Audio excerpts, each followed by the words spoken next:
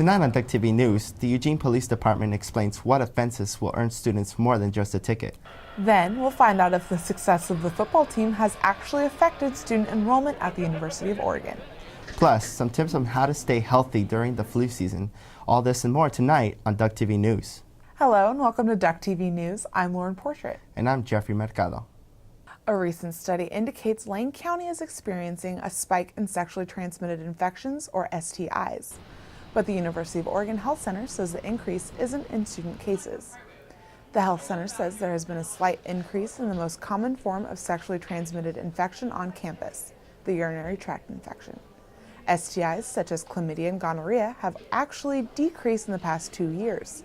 This is the first year the UO Health Center has offered free chlamydia and HIV testing for students. Treatment for STIs is not free, but comes at a discounted price for students. Prevention is high on the health center's priorities. The center also offers free condoms.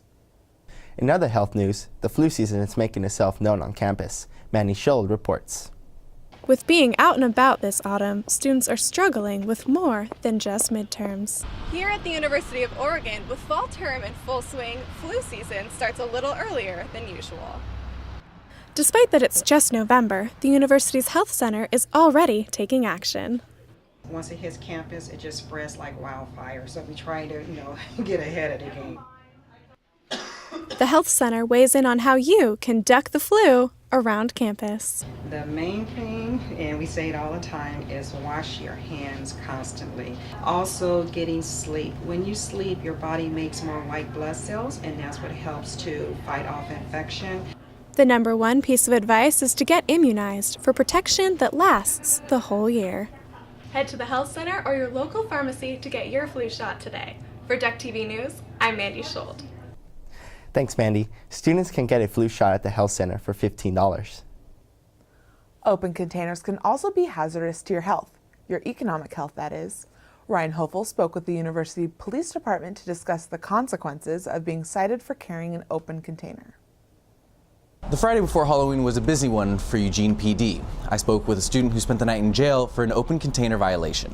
If I would have known that I would have gone to jail because of holding a container, I don't even think I would have done anything that night. UO Police Department's PIO Kelly MacGyver explains the possible ramifications of being cited with a specific offense. Something that is open to a fine, could be open to jail time. Other offenses that could get you put into jail by Eugene PD are giving false information to a police officer, disorderly conduct, or prohibited noise. Because of the no-tolerance policy exercised by Eugene Police Department, Matthias was sent to county jail with a bail set at $200. We had people that wanted to bail us out, but we had no communication with them. There was the famous phone call that you get. It only called landlines. I would love to see how many university students have landlines. Police have to, evolve with how people actually communicate, and people don't communicate like that.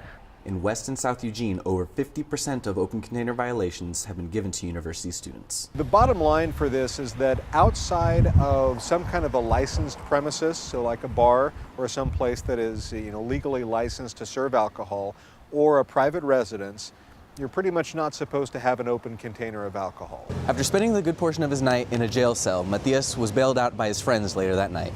For Duck TV News, I'm Ryan Hoeffel. Thanks, Ryan. Good tips. If you think you would like to learn more about the law, you don't have to go to law school. UO students can now take some law classes as undergrads. Several classes have been made available for wanting a little more legal knowledge. The offerings include law and film, introduction to criminal law, and philosophy of law. Turning to other news, enrollment at the University of Oregon has been climbing, but student recruiters say it is not necessarily because of the success of our football team. The Oregon Ducks have become quite the national brand in the last few years, largely due to the success of the football team. With 3 straight bowl appearances since 2010, national interest has increased. But does the success on the football field lead to greater student enrollment? What the research has demonstrated is that it does definitely get students excited about the university and gives us a reach nationally that maybe we didn't have before. Senior Assistant Director for Recruitment, Kelly Talbert, says football gets attention, but doesn't dictate the decision to come here. That doesn't bear out in terms of enrollment, in terms of students who actually enroll at the university. So that initial interest is there and application numbers are up, but there isn't a direct correlation between that initial interest and them actually enrolling at the university. In other news, there's a new marketplace in Springfield, and it's located inside the Gateway Mall. On Saturdays and Sundays in Springfield, you can visit several market booths located inside the Eugenia store, close to Sears. The market has vendors that sell a variety of items from clothing to jewelry to food. Many items are also handmade and one of a kind. The store's owner, David Wells, says this is a great option for students looking to save money and find great deals. Wells is hoping the new marketplace will bring in more customers for several events. He also plans extended hours during the upcoming holiday season. One of the most talked about stories in the past week was the over $4 billion purchase of Lucasfilm by Walt Disney Pictures. The deal includes most of the rights for the Star Wars franchise, including movies, TV, games, and toys. Walt Disney Pictures will be releasing Star Wars Episode 7 in theaters in 2015, with Episodes 8 and 9 to follow. Chuck Palahniuk, author of Fight Club, was in town this last weekend.